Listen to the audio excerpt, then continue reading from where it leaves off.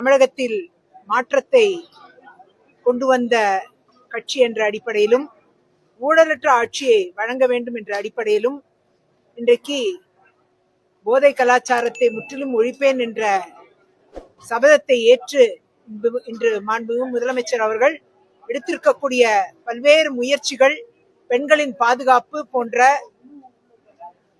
விஷயங்களை உயர்த்தி பிடித்த ஒரு உன்னத தலைவராக இருக்கிறார்.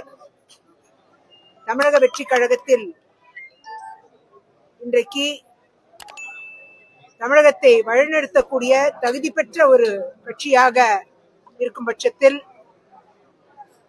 அதில் இணைந்து பயணிப்பதை மகிழ்ச்சியாக பார்க்கிறேன்.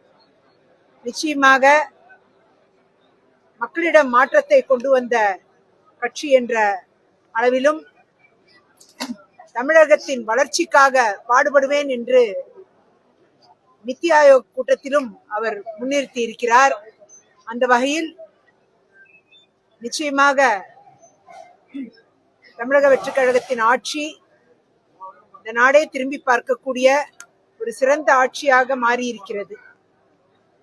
இன்னும் 10-15 ஆண்டுகளில் இந்தியாவையே வழிநடத்தக்கூடிய இடத்தில் மாண்புமிகு முதலமைச்சர் தளபதி விஜய் அவர்கள் இருப்பார்கள் என்பதை இந்த நேரத்தில் உறுதியாக தெரிவித்துக் கொள்கிறேன்.